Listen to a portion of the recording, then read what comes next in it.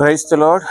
Good news, ಶುಭ ವಾರ್ತೆಗೆ ನಿಮ್ಮೆಲ್ಲರನ್ನು ಕೂಡ ಈ ಮುಂಜಾನೆ ಸಮಯದಲ್ಲಿ ಸ್ವಾಗತಿಸುವವನಾಗಿದ್ದೇನೆ.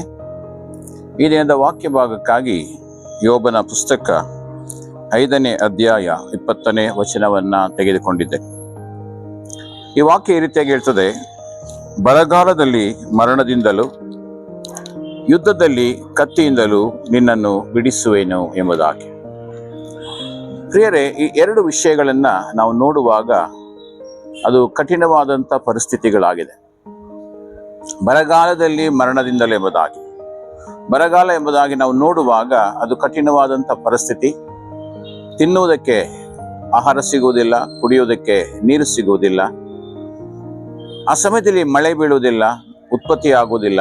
ಅಂತ ಒಂದು ಪರಿಸ್ಥಿತಿಗಳಲ್ಲಿ ಕೂಡ ದೇವರ ವಾಕ್ಯ ಹೇಳ್ತದೆ, ಅಂತ ಒಂದು ಪರಿಸ್ಥಿತಿಯಲ್ಲಿ ಮರಣದಿಂದಲೇ ನಿನ್ನನ್ನು ಕಾಪಾಡ್ತೇನೆ ಎಂಬುದಾಗಿ. ನೀನು ಮರಣ ಹೊಂದದ ಹಾಗೆ ನಿನ್ನನ್ನು ನಾನು ಕಾಪಾಡ್ತೇನೆ ಎಂಬುದಾಗಿ.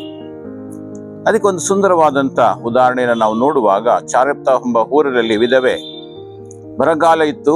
ಆ ಬರಗಾಲದಲ್ಲಿ ಒಬ್ಬ ಪ್ರವಾದಿ ಆಕೆಯ ಬಳಿಗೆ ಹೋಗಿ ಆತನಿಗೆ 2 ರೊಟ್ಟಿಯನ್ನ ಮಾಡಿಕೊಡಬೇಕೆಂಬುದಾಗಿ ಕೇಳುವಾಗ ಆ ವಿಧವೆ ಹೇಳ್ತಾಳೆ, ನನ್ನ ಹತ್ರ ಒಂದು ಮೊಗೆ ಎಣ್ಣೆ, ಒಂದು ಹಿಡಿ ಹಿಟ್ಟು ಮಾತ್ರ ಇದೆ ಎಂಬುದಾಗಿ. ಆಗ ಪ್ರವಾದಿ ಹೇಳ್ತಾನೆ, ನನಗೆ ಅದನ್ನು ಮಾಡಿಕೊಡು ಎಂಬುದಾಗಿ ಹೇಳಿಕೊಂಡಾಗ ಆಕೆ ಅದನ್ನು ಮಾಡಿಕೊಡುವವಳಾಗಿದ್ದಾಳೆ. ಅದರ ನಿಮಿತ್ತ ಆ ಬರಗಾಲ ಮುಗಿಯುವವರೆಗೂ ಆಕೆಗೆ ಆಹಾರ ಮತ್ತೆ ಆತನಿಗೆ ಎಲ್ಲವೂ ಸಿಕ್ಕಿತೆಂಬುದಾಗಿ ನಾವು ನೋಡ್ತೇವೆ.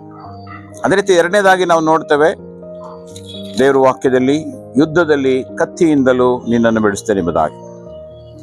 ಯುದ್ಧ ಬರುವಾಗ ನಾವು ನೋಡ್ತೇವೆ, ಅಲ್ಲಿ ಅನೇಕ ಆಯುಧಗಳಿರ್ತವೆ, ಕತ್ತಿಗಳಿರ್ತವೆ, ಈಟಿರ್ತವೆ, ಬಂದೂಕ್ ಇರ್ತದೆ. ಹೀಗೆ ಅನೇಕ ವಸ್ತುಗಳು ಆ ಯುದ್ಧದಲ್ಲಿ ಉಪಯೋಗಿಸಲ್ಪಡ್ತವೆ. ದೇವರು ಇಲ್ಲೂ ಕೂಡ ಹೇಳ್ತಾನೆ, ಆ ಯುದ್ಧದಲ್ಲೂ ಕೂಡ ಆ ಕತ್ತಿಗಳಿಂದ ನಿನ್ನನ್ನು ಕಾಪಾಡ್ತೇನೆ ಎಂಬುದಾಗಿ. ಹಾಗಾಗಿ ಪ್ರಿಯರಿ, ವಾಕ್ಯದಿಂದ ನಮಗೆ ಅರ್ಥ ಆಗೋದೇನೆಂದ್ರೆ, ದೇವರು ನಮ್ಮ ಮುಂದೆ ಹೋಗುವವನಾಗಿದ್ದಾನೆ, ನಮ್ಮ ಪರಿಸ್ಥಿತಿಗಳಲ್ಲಿ ನಮಗೆ ಜಯವನ್ನು ಕೊಟ್ಟು ನಡೆಸುವವನಾಗಿದ್ದಾನೆ ಎಂಬುದಾಗಿ ಇದರ ಮೂಲಕವಾಗಿ ಅರ್ಥವಾಗುತ್ತೆ.